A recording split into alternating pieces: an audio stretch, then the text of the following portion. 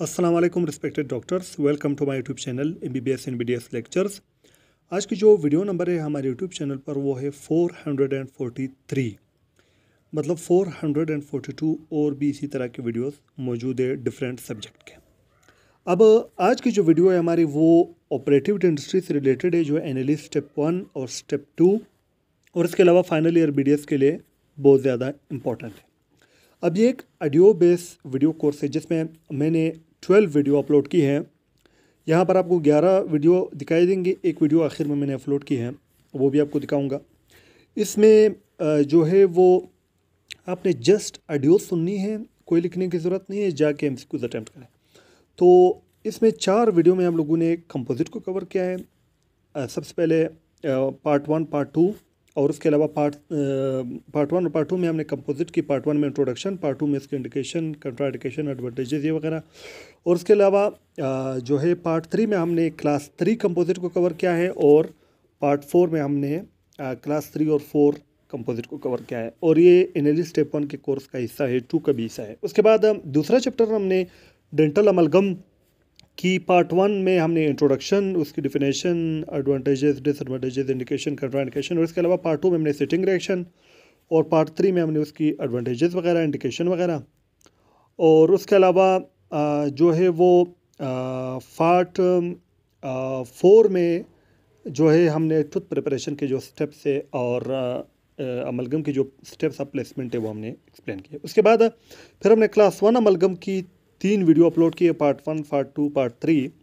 Part 1 में उसकी introduction, part 2 में कैविटी प्रिपरेशन, पार्ट 3 में स्टेप्स ऑफ प्लेसमेंट। उसके बाद फिर हमने नेक्स्ट वीडियो जो अपलोड की है वो है क्लास 2 अमलगम रिस्टोरेशन की, जिसमें एक ही वीडियो के अंदर पूरा एक्सप्लेन है। उसके बाद नेक्स्ट जो हमारे साथ एनालिस्ट स्टेप 1 के और 2 के कोर्स में जो आता है वो है कम्प्लेक्स अमलगम रिस्टोरेशन।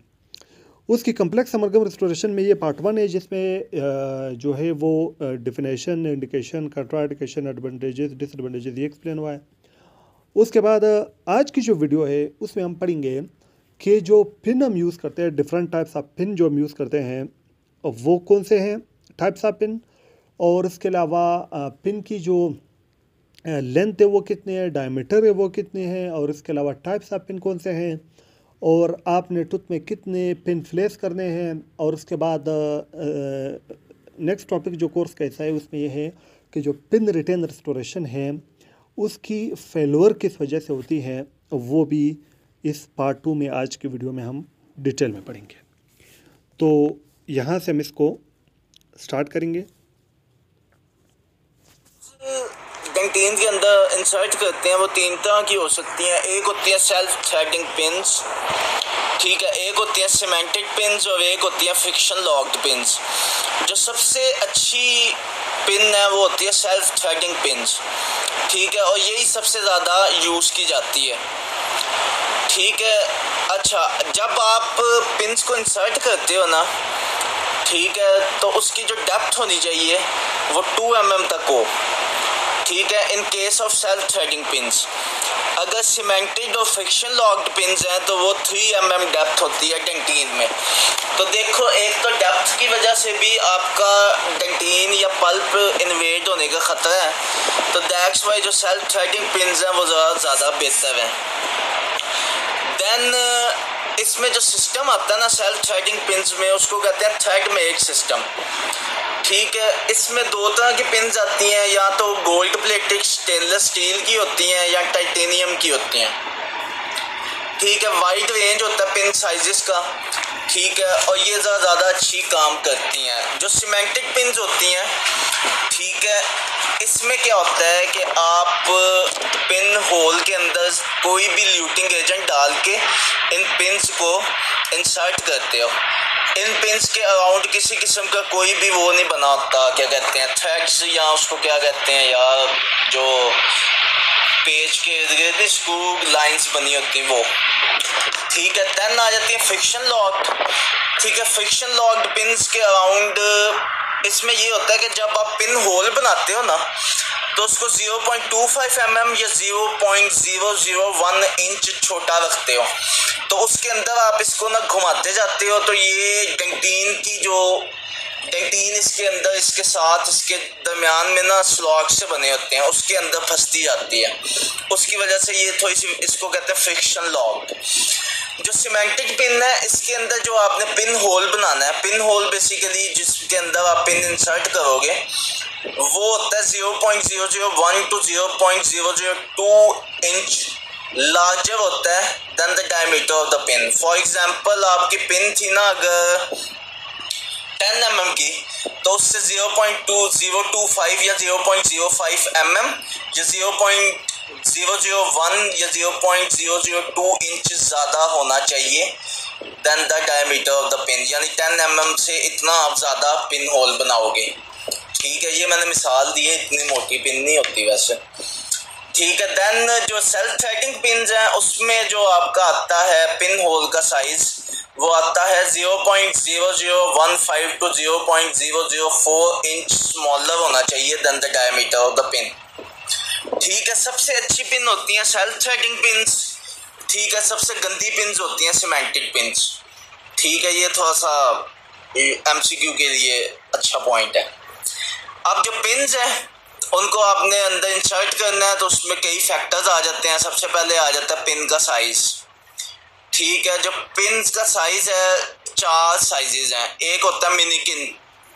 ठीक है, मिनीकिन पिन्स, इनका साइज़ होता है 0.019 इंच, यानी इनका जो डायमीटर है वो, ठीक है, या 0.48 mm। ठीक है, ये सबसे पतली पिन्स होती हैं। ठीक है, और ये सबसे ज़्यादा यही यूज़ की जाती हैं। इन केस आपने पिन होल बड़ा बना दिया, उस सूरत में आप उसके अंदर इससे एक बड़ा साइज़ आता है, उसको कहते हैं मिनिम, MINIM। उसका साइज़ होता है 0.024 इंच या 0.61 mm। तो ये आप एज अ बैकअप रखते हो कि अगर मिनीकिन पिन्स आपकी बहुत ज़्यादा पतली हैं तो आपने जो पिन होल है वो बड़ा बना दिया, तो उस सूरत में आप मिनिम पिन्स यूज़ कर सकते हो। देन आ जाती हैं रेगुलर पिन्स। लार्जेस्ट उनका डायमीटर होता है 0.031 इंच या 0.78 मिलीमीटर्स। ठीक है, तो सबसे छोटी 0.48 थी, मिनिमम 0.61 थी और रेगुलर 0.78 मिलीमीटर तक चली जाती है।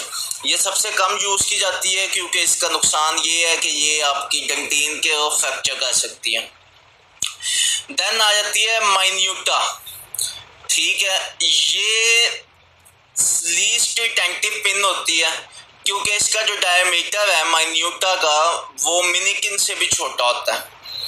ठीक है, इसका जो डायमीटर है वो 0.015 इंच या 0.38 mm होता है। ठीक है, तो ये कोई इतनी अच्छी नहीं होती, तो इसको पोस्टीरियर टीथ में तो बिल्कुल भी नहीं देते, ये एंटीरियर्स के लिए आप इसको दे सकते हो। ठीक है, देन आ जाता है पिन का डिज़ाइन। ठीक है, अब जो पिन का डिज़ाइन है उसमें आ जाता है link series, link plus, self shaving और 2-in-1। जो लिंक सीरीज है उसकी जो बैक साइड है ना उसके ऊपर एक प्लास्टिक का समझ लो एक होल्डर सा लगा होता है। ठीक है, आप क्या करते हो कि आप उसको पिन होल के अंदर थ्रेड करते हो, यानी उसको घुमाते जाते हो। ठीक है, जैसे ही pin bottom of the hole पे जाती है, ठीक है, तो जो उसका टॉप पोर्शन है पिन का वो उतर जाता है। ठीक है, और जो बाकी सारी है वो पिन वो अंदर आ जाती है। ठीक है, और जो प्लास्टिक की उसकी जो होल्डर होता है या उसको कहते हैं प्लास्टिक स्लीव, आप उसको फेंक देते हो। देन आ जाती है लिंक प्लस। लिंक प्लस में और लिंक सीरीज में यही फ़र्क है, जो लिंक प्लस है उसके अंदर थोड़ा सा आपका आ जाता है बार यूज़ कर सकते हो उसमें। जिस तरह किसी ने अगर देखा हो ना स्लो स्पीड हैंड पीस, उसके पीछे जो उसके जो बार्स होते हैं उस तरह की इसके पीछे ना लैच टाइप अटैचमेंट होती है जो कि उस स्लो स्पीड हैंड पीस के अंदर फिट आ जाती है, तो आप उसकी मदद से इसको इंसर्ट कर लेते हो। देन आ जाती हैं सेल्फ शेविंग पिन्स, कि जब आप उसको ले जाते हो ना अंदर इंसर्ट करके थ्रेडिंग करते जाते हो। ठीक है, तो जैसे ही वो अपनी डेप्थ पे पहुंचती है तो वो उसका जो हेड है वो उतर जाता है और आपकी जो पिन का साइज पिन रह जाती है। और देन आ जाती है 2-in-1 में 2 पिन्स होती हैं, वो एक पॉइंट पे अटैच्ड होती हैं, यानी कि आपने एक पिन डाली, ठीक है, उस पॉइंट से वो टूट जाती है, फिर आप उसको दूसरे पिन होल में डाल सकते हो। देन कितनी आपने पिन्स डालनी है ठीक है, सबसे पहले हमने साइज देखा, दूसरे नंबर पे हमने देखा कि पिन का डिज़ाइन कि उसको किस तरह से उसकी प्लेसमेंट है। तीसरे नंबर पे नंबर ऑफ पिंस, कितनी पिंस डाल सकते हो। एक एक्सियल लाइन एंगल में एक पिन आप डाल सकते हो, कम से कम पिंस डालो, क्योंकि अगर आप ज़्यादा पिंस डालोगे तो आपको मसला ये होगा कि आपकी डेंटिनल क्रेजिंग हो जाएगी। ठीक है, जैसे नंबर ऑफ पिन इंक्रीज होता है, ठीक है, वैसे वैसे आपकी डेंटिन फ्रैक्चर के चांसेस इंक्रीज होते जाते हैं और अमलगम रेस्टोरेशन की जो क्वालिटी है वो भी डिक्रीज होती जाती है और उसकी स्ट्रेंथ भी डिक्रीज हो जाती है। ठीक है, देन पिन के ऊपर 2 mm तक अमलगम को आना चाहिए। ठीक है, एक पॉइंट ये है। ठीक है, देन डेंटिनो इनेमल जंक्शन से जो पिन होल है उसको 0.5 to 1 mm से ज़्यादा क्लोज नहीं होना चाहिए। ठीक है, अगर इससे ज़्यादा क्लोज होगा तो वो काम ख़राब करेगा। देन 2 पिन्स के दरमियान 3 mm का डिस्टेंस होना चाहिए कम अज़ कम। ठीक है, इससे कम डिस्टेंस रखेंगे तो वो वहाँ पर डेंटिनल क्रेजिंग हो जाएगी। ठीक है, 3 mm होता है मिनिकिन के लिए और 5 mm होता है मिनिम पिन के लिए, क्योंकि मिनिम का साइज ज़्यादा होता है। ठीक है, देन डेंटिनल फ्लोर है उसको फ्लैट होना चाहिए। ठीक है, उसके बाद आपने पिन होल को प्रिपेयर कैसे करना है। सबसे पहले आप लेते हो नंबर 1/4 यानी 1/4, तो ये बनेगा 0.25 mm का राउंड बार, उससे आप एक पायलट होल बना लेते हो। ठीक है, देन आपको इसकी स्पेसिफिक ड्रिल होती है कोडेक्स ड्रिल। ठीक है, उस पर आप very slow speed handpiece होता है, उससे आप 2 mm तक डेप्थ ले लेते हो जो कि नॉर्मल थी, और अगर मिनिकिन पिन है तो उसके लिए 1.5 mm डेप्थ चाहिए होती है।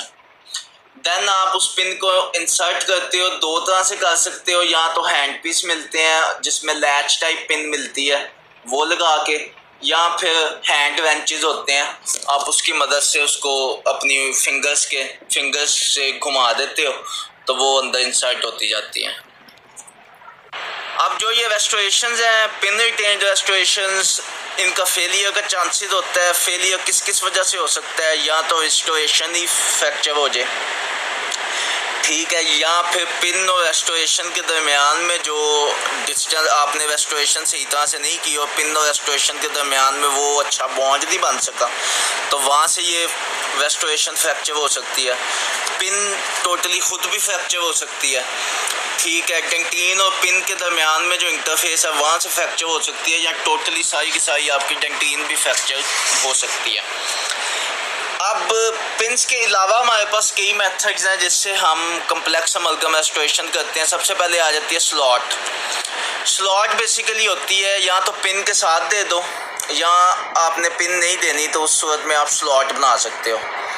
ठीक है, इसके एडवांटेजेस क्या हैं कि इससे माइक्रो फ्रैक्चर्स कम हो जाते हैं, क्रेजिंग कम हो जाती है और परफोरेशन इनटू द पल्प कम हो जाती है। ठीक है, इसमें क्या है कि इसमें एक नुकसान ये है कि आपको टूथ स्ट्रक्चर को ज़्यादा रिमूव करना पड़ता है। इसका जो बेसिक इसमें जो MCQ पॉइंट है वो ये है कि 1 mm डेप्थ होती है स्लॉट की और 1 mm उसकी लेंथ होनी चाहिए या उससे थोड़ी सी ज़्यादा। ठीक है, नंबर 330 बार आप यूज़ करते हो इसको बनाने के लिए। देन आ जाती है कोव भी एक रिटेंटिव फीचर है। ठीक है, ये आप देते हो स्लॉट्स के साथ। कोव्स आर बेसिकली कि आप राउंड बार लेते हो, एक छोटा सा डिप्रेशन बना देते हो। ठीक है, उसको कोव कहते हैं। देन प्रॉक्सिमल लॉक्स होते हैं, वो प्रॉक्सिमल बॉक्स में आप देते हो कि उसके अंदर जो उसकी है ना, उसका जो जिंजिवल मार्जिन होता है प्रॉक्सिमल बॉक्स का, यानी नीचे वाला मार्जिन, उसके अंदर ना आप बना देते हो डिप्रेशन सा या ग्रूव सा, उसके अंदर जाकर रेस्टोरेशन शीट कर जाती है, तो उससे आपको टेंशन अच्छी मिल जाती है। ठीक है, और देन जो कम्प्लेक्स अमलगम रेस्टोरेशन हैं वो एज अ फाउंडेशन यूज़ हो जाती हैं फॉर क्राउन एंड ब्रिज। ये पूरा चैप्टर था और दिस इज़ द एंड।